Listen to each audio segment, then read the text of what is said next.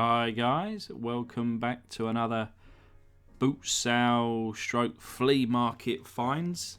This is video number 2. So what I wanted to really, show you, especially you guys over in the States, bearing in mind half of my views come from the States, which is the most popular country, so thank you kind sirs of America. But here in the UK, we have these what we call boot sales. In the US, of course, you call them flea markets, and seemingly they're kind of a dying breed over there. Here in the UK, they're still going strong.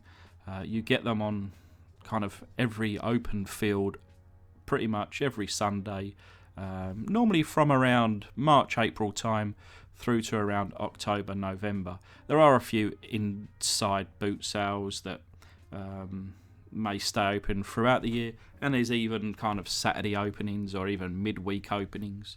But for the most part, on Sunday morning, you usually get up, if you're a seller at least, around 5 or 6 a.m. But as a buyer, of course, if you can get there for that time, I can't. So I perhaps miss out on some of the good deals. But I tend to get there for around 8 or 9 o'clock, spend about an hour or so, and have a little look. So there's a nice little pile here. Kind of went through. To be honest, this was the same boot sale that I went to last week. Most of these people, these same sellers, were back again. I'd already kind of picked through their stock. And in the last week, they haven't really replenished. So to be honest, it was kind of almost seeing some people, some new people, that perhaps I can just grab a few bits from. But this is probably my favourite store of the lot, actually. He sells some really cool stuff. And he did. And, I did already pick through this box. I think he'd added a couple more bits since last week. But I went through it, and I picked up probably... what was it? It was 13 cars. He wanted £1 each, and I paid £10 for 13. And obviously, anything and everything that I've picked up and gone through here, we'll go through after this particular video. Make it a bit easier for us all. Now, this kind of initial little section here is around 8 minutes long, so if you want to skip to around the 8 minutes mark, I fully understand.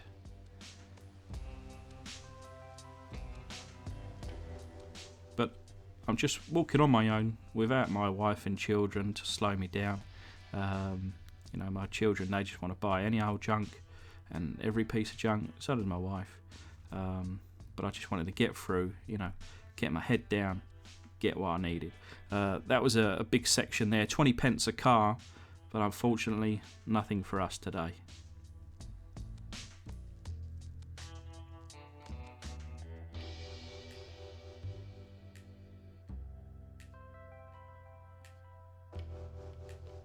I didn't really know how this kind of little section of video would turn out, to be honest. I wanted to hold my phone, which is what I used, hold it discreetly. Here I thought I hit the mother load. There was probably 1,000 cars here. And you know what? I picked up 3 out of this whole lot. It was all modern Chinese crap. Picked up a couple of little bits. And from here, this is where I picked up that. I picked up like a spare engine for a car, which I'll show you later on. You might have just see it then.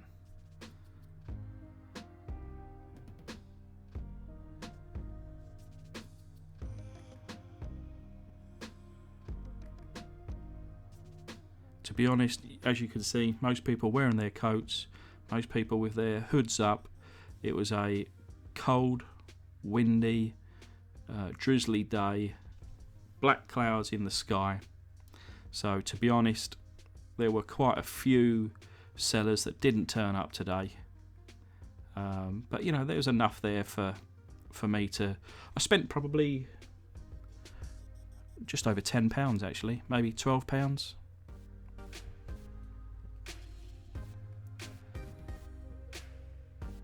So yeah, it wasn't an expensive day. Probably half the amount that I spent compared to the last one, and therefore I got kind of half the haul.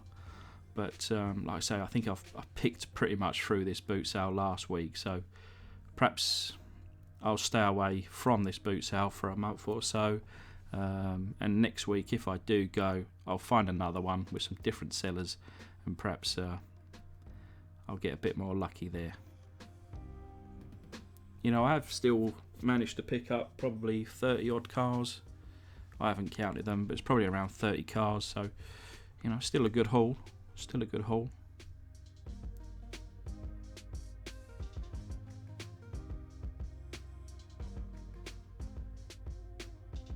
To be honest, in these boot sales, the majority of the sale stuffs are clothes and makeups and perfumery and shoes and bags and just household, you know, like plates and what have you.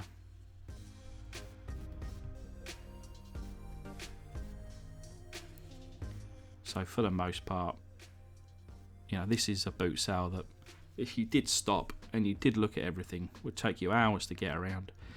For me, it takes about an hour, and that's me kind of rushing through really, and just having a little look to see who's got any cars.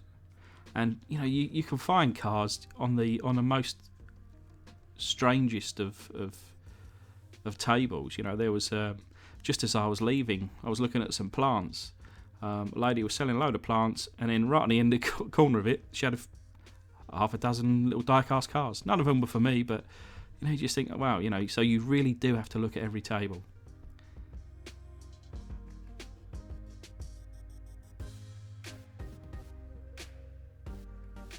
But let me know if this kind of thing is of interest to you. My last boot sale stroke flea market video did better than expected, so I thought, well, let's add this kind of little preview of what these boot sales look like. Let me know down in the comments if it's of interest. If not, you know, I won't do this part again. I'll just go straight to the unveil. But we're just coming up towards the end here, and then we'll go to the unboxing side of it, or the unbagging anyway. Right, so we're going to be on to all the cars that we picked up.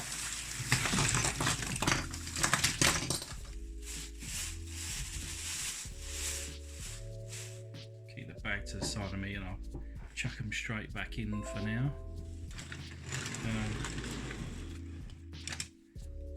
Quite a sea of red today. Start from the back.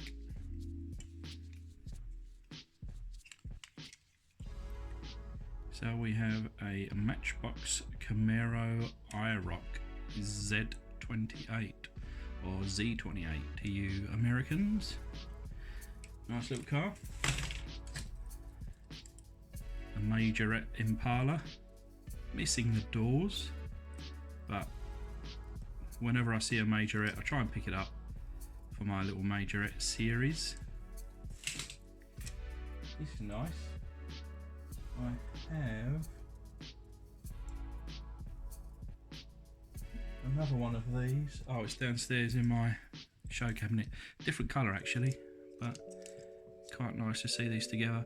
Number 11 car transporter, 1976, in really good condition.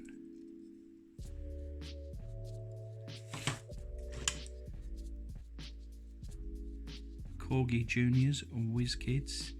This appears to have been, well, that says Old MacDonald. I wonder whether this was McDonald's, but no, it's different. I like this because the plastic seems to be there, the cab all seems to be there, and that little front clip with that engine looks pretty cool. Maybe with a different set of wheels and a bit of a freshen up, that would be quite nice when I eventually start my Corgi channel. Number 41 ambulance. Missing the back doors.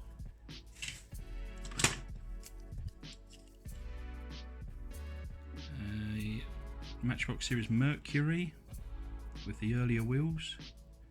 I've got a few of these, but I gave away one of these recently with the earlier wheels, and this was kind of almost just to replace it. Little Husky.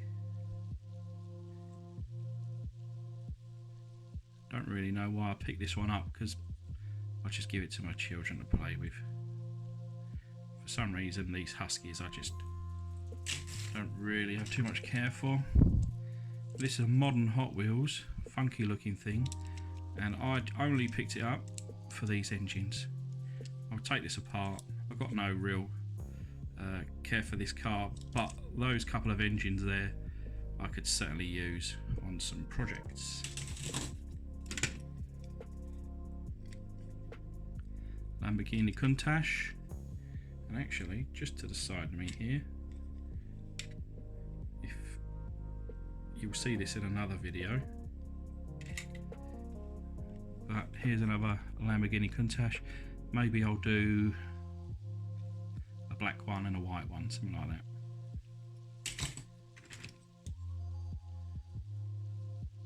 Matchbox Jaguar XJ120, so a more modern Matchbox, probably from the 80s. Missing the windscreen there, but what a beautiful design this car was. They just don't make them like this anymore. Whoops. Hot Wheels. It's 20 years old, but no real age to it. Kind of picked it up really for my son to play with. I think he'll quite like that. Firebird from 1982, so this is older than me. I need to get around to doing at least one of these. I think I've got quite a few of this one, so get around to it. Dodge Daytona Turbo Z or Turbo Z. Nice opening bonnet there with some engine detail. I do have another one of these, I think, but I had some damage to it, so I quite like the design of this car, like that 80s shape, and obviously being an 80s baby, I'm quite drawn to this one, so this will get a kind of custom restoration one day. Ferrari Testarossa, I think I've got a couple of these already, but this one looked in quite bad shape, and I thought perhaps deserved a nice coat of red paint. So you've got a full Galaxy number 59, quite rough this one. Windscreen is broke, the siren is broke, looks like the roof is damaged, but I could probably get that looking good as new. Just a modern Hot Wheels there, but a metal base for my son to play with. This is this is another Hot Wheels, but this one will be for me. It's 1967, made 1982. I really like the look of that one.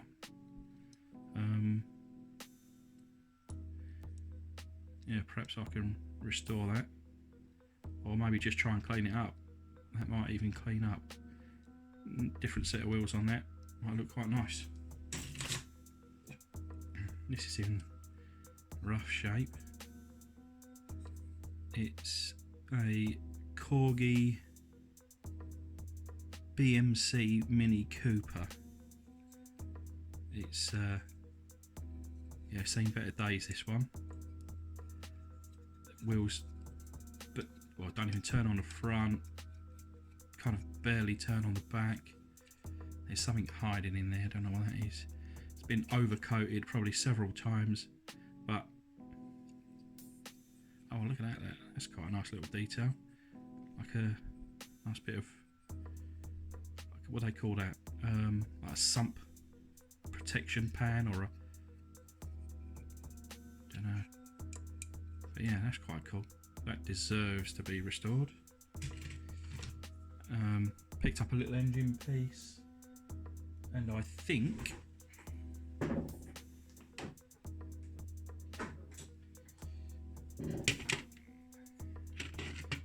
goes to this. Yep. So now I've found the engine piece. Perhaps I can restore that little car, so that's quite cool.